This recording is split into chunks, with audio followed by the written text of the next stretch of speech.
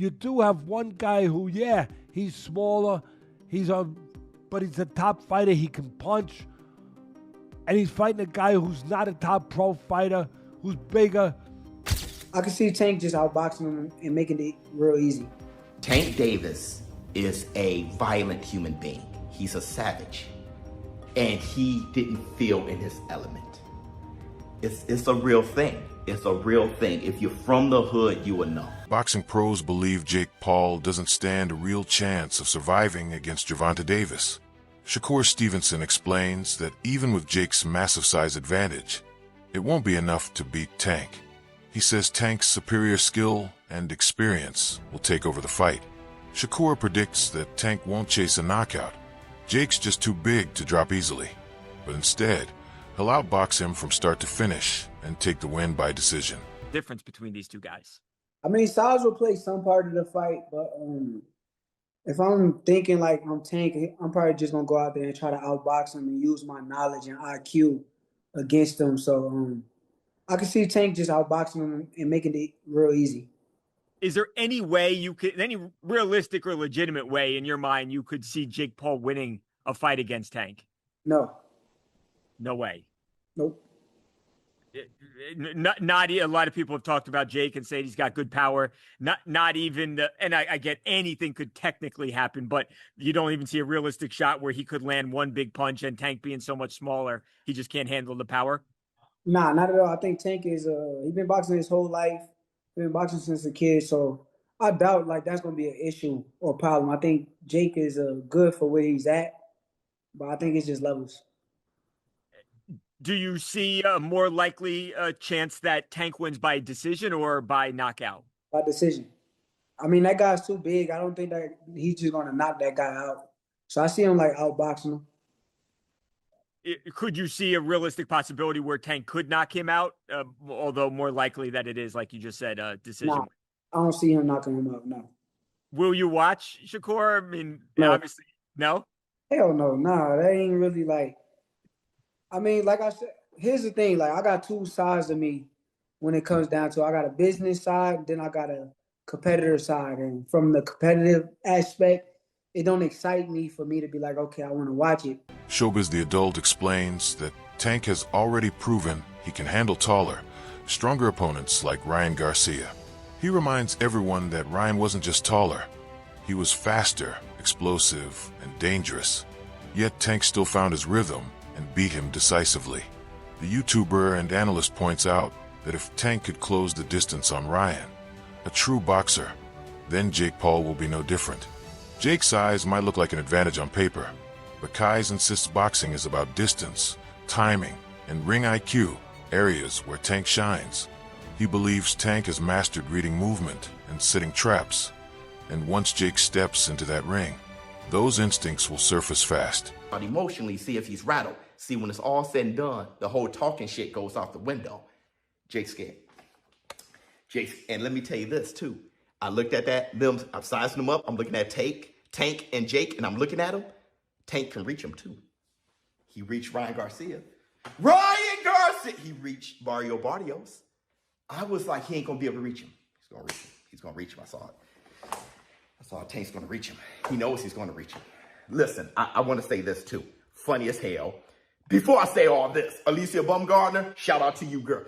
I couldn't believe out of all the women to be the first one to do 3 minute, 12 rounds is Alicia Baumgardner. And I really know if I have a great endurance, great stamina, and she's doing this shit. Shout out to Alicia Baumgardner. Because, what's her name, Layla? I don't really know her like that.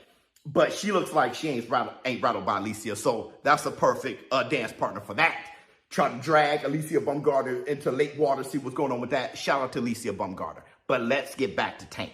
First of all, Tank knows what he's doing.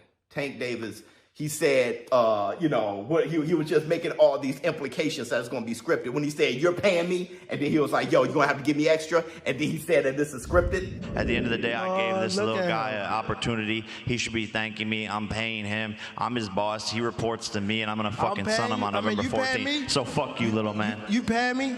Are you paying me? Yeah. 100%? 100%. Facts? Correct. Yes? Correct? Correct. I'm your daddy. Chris Algieri praises Gervonta Davis for his rare ability to draw massive attention every time he fights. According to Algieri, boxing isn't just about skill anymore. It's about who can pull the fans in and bring energy back to the arenas. Tank has become the face of that new era. Each time he steps into the ring, he brings a wave of excitement that grips both hardcore boxing fans and casual viewers. Algieri notes that Jake Paul, though not as technically sharp, has done something similar, reviving mainstream interest in the sport. His arrival has attracted a fresh audience, people who might never have watched boxing before. Algieri believes both men, in their own ways, are vital to the sport because they draw passion from different worlds. About the face of boxing could be Jake Paul soon, and the face of boxing is basically the face of boxing now is based on if you sell and if people tune in and how many eyes are tuning in when you fight. Gervonta Davis had that. Jake Paul has that. Now they're fighting each other. Again, these are created products. These are still created products. Jake made his name going to Walgreens and then making funny faces. You know what I mean? And it was just blowing up on YouTube and whatnot, right? I mean, that's how he started. The world we live in now, dude. It's unfortunate. Okay, it's not like Sugar Ray Leonard, who was the best fighter in the world and marketable. It's not like Oscar De La Hoya, who was a gold medalist, a great fighter and marketable. But what I'm saying is technology allows us to make, if I want to take this shoe off right here, and I say I want to make my Nike sneaker into the best product possible, and I got enough money to push it behind it. I put it all over your social media platform, and I put it all over your TV set, and all over your phone, and all over. You know what, bro? You're gonna start to get curious about the shoe. Charleston White dismisses Jake Paul's career as nothing more than entertainment dressed up as boxing. He argues that none of Jake's fights truly feel like professional bouts. They're carefully staged events built for views and money. According to him, Jake has yet to step into the ring with a real top-tier boxer who could genuinely test his skill and endurance. Charleston's words echo the frustration of boxing purists who see Jake as playing the system, using the sport more as a marketing platform than a craft. He believes that if Jake ever faced someone like Gervonta Davis, the gap would be painfully clear.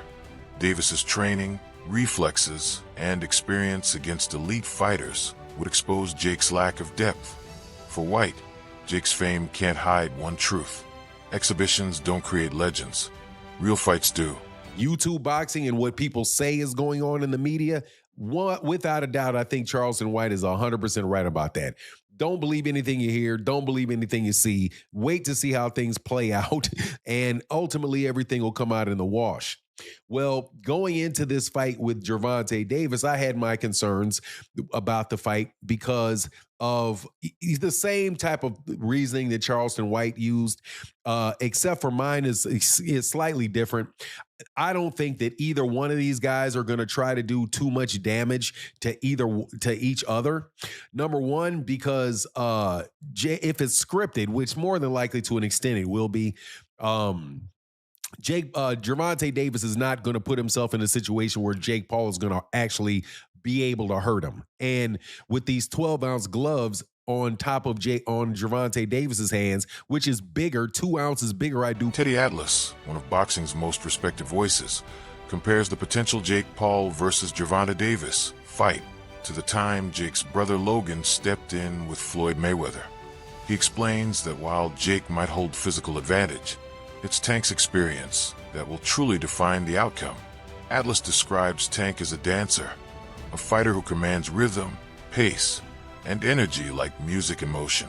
He points out that Tank has spent his entire career facing dangerous opponents, sharpening instincts that allow him to break down anyone, no matter their size. Jake, on the other hand, lacks the sharpness and ring awareness to survive at that level. Atlas reminds us that boxing isn't about size or muscle. It's about precision and control. When Tank moves, every step is deliberate, every punch purposeful. So I liked this when I heard it. No, I didn't like it, to be honest, for the optics and everything else I just said. But you do have one guy who, he's smaller, but he's a top fighter. He can punch. And he's fighting a guy who's not a top pro fighter, who's bigger. What if he hits him on the chin? It'll wind up selling. And that's what'll wind up selling it. The what if. What if Tank makes him do a cha-cha? He hits him on the chin, and Jake Paul, we're going to find out if he can dance. Whoa, whoa, whoa, whoa. You know, do the cha-cha. That's what's going to sell it. And you can't argue that what if. You can't. I know I get to places that other people won't go and everything else. They just dismiss stuff because it's easier to do that. It's safer to do that. You don't have to bows and arrows coming at you from people that argue with you because you did that. But I don't care. I've had bows and arrows my whole life. I don't care. But that's true. That what if? What if this guy who is a real good puncher, who is one of the best fighters in the world right now, what if he hits him? What if he makes a miss and he counters him? Or he jumps up in the air? Bang! Showbiz the Adult also talks about Gervonta Davis's personality outside the ring. He admits Tank might not be the smoothest talker or the sharpest businessman, but that's not what makes him dangerous. Tank's confidence comes from his roots, from growing up in a place that demanded toughness, not speeches. Showbiz says you can see it in his body language during press conferences. He never looks afraid, pressured, or out of place. When he stands across from his opponents, there's a silent energy that speaks louder than words. Showbiz points out that while Jake Paul masters promotion and media, Tank's presence doesn't need hype. His aura does the talking. Tank Davis is a violent human being. He's a savage. And he didn't feel in his element. It's a real thing. It's a real thing. If you're from the hood, you will know. It's kind of like taking a guy from the block and putting him in the corporate world in a business meeting. He's going to be so out of his element that he's just, he doesn't even know how to argue without sounding like, I'm going to whoop your ass, I'm going to beat you. The way Jake was doing things, he had the clowns coming out. Not everyone is convinced that Tank can beat Jake Paul. Some analysts urge fans to stay realistic, reminding them that weight classes exist for a reason. They argue that while Tank's power and explosiveness dominate at lightweight and super featherweight, things change when you're up against someone naturally heavier like Jake. Boxing, after all, is a sport where physics matters. A 135-pound fighter moving up to face someone who walks around at over 190 pounds faces big challenges in reach, strength, and endurance. These analysts suggest that Tank's punches might not land with the same impact on someone Jake's size. Even if Tank connects cleanly, Jake's heavier frame could absorb those shots in a whole different way. All of a sudden, we want to know, who will win in this fight? Jake Paul or Tank Davis? It's a legit question. And I actually want to really hear your thoughts on who do you think is going to win. Because I know what Vegas is saying, but I want to know what you think. Personally, I think Tank too little, bro. Yo, I think Tank's too little. I'm so glad you have a brain on your fucking shoulder. I think Tank's too little. I said, bro. I think Tank's too little. That's what I'm saying. At weight classes for a reason. Davis that weight class for a reason. 5'5", 135 pounds. Jake Paul is 6 feet, 205 pounds. That's what I'm saying. Bro. He's too 6'1", little. 205. Everybody's like, yeah, bro, but Tank it only takes one good punch. Yes, it takes one good punch when you're about the same size. There's a 60, 70-pound difference in weight in these people. I don't think nobody puts the physics in mind. Jake Paul gets punched in the face by dudes 200 pounds with all their might on a weekly basis. A 135-pound puncher, bro. If y'all remember the Mayweather versus Conor McGregor fight, Conor walks around like 180 on the regular. He's like 5'9", 180. Mayweather's like 5'7", 145. That 30-pound, 20, 30-pound difference, bro, if you remember that fight, Mayweather was putting mittens on Conor. Guess what happened to Conor? He didn't hit the ground once. No. He lasted all 12 rounds getting hit with flurries. I'm talking about Mayweather was having his time. He's being cocky with it, hitting him with all kind of combos. And we're watching the last 3 rounds of that shit like, yo, knock him out. And you know what? He could not knock him out because Conor gets punched by people that are 170, 180 pounds on a regular. And just that 20, 30-pound difference, it was like impossible for him to do anything. And that's exactly what I feel like is going to happen versus Jake and Despite all the doubt, many fans still find Jake Paul's presence in boxing undeniably entertaining. The fight has sparked both criticism and excitement, adding a sense of curiosity to the sport. Some purists write it off as a money grab, but others see it as a shot of fresh energy boxing desperately needed. Jake Paul has this rare ability to make people talk, whether they love him or can't stand him. Every time his name is tied to a fight, attention follows. Fans tune in not just to watch him win, but to see if this might be the moment he finally falls. That unpredictability makes boxing feel alive again. Even longtime fans admit Jake's presence brings back the drama the sport has been missing. Boxing has always thrived on rivalries and big personalities, and Jake, for all his flaws, delivers exactly that spark. A lot of people said, this is bad for boxing, this is bad for boxing. Mate, calm down, calm down. Honestly, I'm not a big fan of him, but he's bringing a lot of eyes to boxing. A lot of eyes to boxing. He's doing great for boxing. I don't care what everyone thinks. The weight difference is mad though. Lightweight to, God knows, cruiserweight or whatever the hell he is. Oh, Gervonta might get thumped up, you know. Hey, if he gets bashed up, I can never go on TikTok live again. The TikTok warriors are going to give me a hard time. They're going to say Jake Paul's undisputed. Oh my God, he's the best thing since sliced bread. British boxer Dave Allen offered a more balanced view of the matchup. He admits he never enjoyed Jake Paul's fights with Mike Tyson or Julio Cesar Chavez Jr., calling them more publicity stunts than real contests. But he believes the Gervonta Davis fight could be different. Allen says as long as no one gets seriously hurt, it's fine. After all, it's an exhibition meant to entertain fans. He acknowledges that while Jake isn't a world-class boxer, his fights spark conversations that help the sport. People are curious. How far can Jake really go? And how will Tank handle someone that much bigger? In an exhibition. Thing with Jake Paul, I think he's a good area title level fighter, and that's a good level, and you can be proud of it. Do you know what I mean? It's good. But the Mike Tyson fight I didn't like. The Chavez fight was just farcical because he's 11 years past his best, up 6 weight divisions. But less of a problem because Chavez wasn't in his 50s. Fighting the MMA guys, again, he's fighting people that don't do the same, that they're not even in the same sport. But while they're a bit older, they're still not in the 50s. So all that stuff, I won't really watch any of it. I think I've watched one fight against Tommy Fury, the only professional boxer in and around his prime years, and he got beat. But I think his area title level, I think he works really hard. I think he trains hard. And I don't think he's a bad fighter at all. I don't think he's a good fighter, but he's not a bad fighter. For his experience, he's not bad at all. But Gervonta Davis is a lightweight. So, by all means, if they make a few quid and nobody gets hurt, then great. But I certainly wouldn't be paying a penny to watch it. I think it's just absolutely ridiculous, farcical. Who wants to watch an exhibition? Gervonta Davis is in his prime years. Why is he wasting his time? Why is he having a rematch with the fella he got a draw with? Why is he not fighting? This fight didn't come out of nowhere.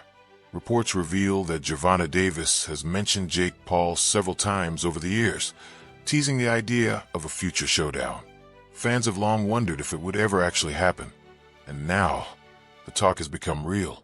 Both sides have traded words online, hinting that they're ready to settle things in the ring. Tank remains confident he can expose Jake's weaknesses, while Jake sees this fight as his chance to prove he truly belongs among real boxers. Yeah, you're seeing what I'm seeing. Tank Davis versus Jake Paul. I don't buy it for a second, but apparently they were in negotiations to have this fight happen if Tank Davis beats his previous opponent, which obviously ended in a draw. Which means he's obviously going to go and rematch Lamont Roach in his next fight. But come on, Tank Davis versus Jake Paul. Jake Paul is a cruiserweight / heavyweight. Tank Davis is a lightweight. This is Jake Paul's mindset. Okay, I'll fight a legit professional boxer, OAP. I'll fight a legitimate professional boxer who's his age, loses. Okay, I'll fight another professional boxer who's half his weight. Honestly, I don't care how big Jake Paul is, I genuinely do think that Tank Davis would beat Jake Paul. I think Tank Davis would be too fast, too slick, outbox him, move around. He wouldn't knock him out, obviously. I don't think he'd knock him out because of how big Jake Paul is, but he would outbox him 100%. But anyway, guys, let me know what you guys think about this potential fight. I really hope it does not happen because Jake Paul needs to fight a legitimate pro who isn't a taxi driver, who isn't old, and isn't half his weight. The final debate among boxing experts centers on power. Gervonta Davis is famous for his brutal knockouts at lightweight and super featherweight, but many question whether that same force will carry over against someone Jake Paul's size. Davis's punches can destroy opponents in his own division, yet against a much bigger man, physics starts to interfere. As analysts explain, a shot that drops a 135-pound fighter might not even shake someone nearing 200 pounds. Jake's size, reach, and durability could absorb or deflect Tank's usual offense. That doesn't mean Tank lacks ability. It just means his usual formula might not work the same way. Because yes, Floyd didn't have the punching power Gervonta had. But even if Gervonta lands, I don't see him hurting Jake to the point he knocks him out. So what are we even doing? Where's the idea of this where's the idea that Gervonta is even gonna hurt him? He may hurt him to the body, whatever. Jake doesn't want to throw as much, but I don't see him one punch knocking Jake out. And, the same thing was kind of said with Logan. Like, okay, Floyd probably won't knock him out, but probably going to outbox him. I get where Dana's coming from. These things are not meant to be competitive fights. They're meant to make money and to, I guess, scratch that itch of the circus mystery unknown. And Gervonta, I think, hits way harder than fucking Floyd, but he's too small. I mean, your brother's going to be able to, get inside on him, put his weight on him, tie him up. But I don't hate your brother. Your brother's out there doing his thing. But it cracks me up that they want to start suing people that are talking shit when your brother talks more shit than anybody talks. I think the thought process behind it is, okay, so Jake and I are obviously pretty polarizing individuals. And when an echo chamber starts and a rumor mill starts of like staged fight bullshit, which like these fights aren't staged, that's just, it's at that level, it's like almost impossible. I think they think that it affects the business and it affects the brand because people discredit him as actually having legitimate bouts. I think that's the theory. So to hold people accountable for legitimate perpetuating the rumor. Legitimate meaning not fixed. Correct. Right. Yeah. And which is I mean, again, Dana would do the same thing if his company became known for doing fixed fights when they weren't. Then he would try to find the same way to hold people accountable if they were reputable people saying that, right? So the whole Jake suing people for blatantly trying to say he fixes fights or he stages fights or people have no knockout clauses and all the other bullshit, I understand. Now, again, people need to use their words more accurately if they're upset about what Jake is doing. All you have to do, if you're upset with the way Jake is moving in his career, is say, what some people do say, which is, we like to see Jake challenge himself. We don't want to see these exhibitions, these fights that don't make sense for what you said you want to do or what you purport to want to be in the sport of boxing, which is a world champion. We want to see you fight active fighters around your skill level. That's it. But you can't go on there and go, oh, look, another rigged fight. Oh, look, another fake fight. That's it for today's video. Stay tuned for more updates. And until next time, this is your host signing off.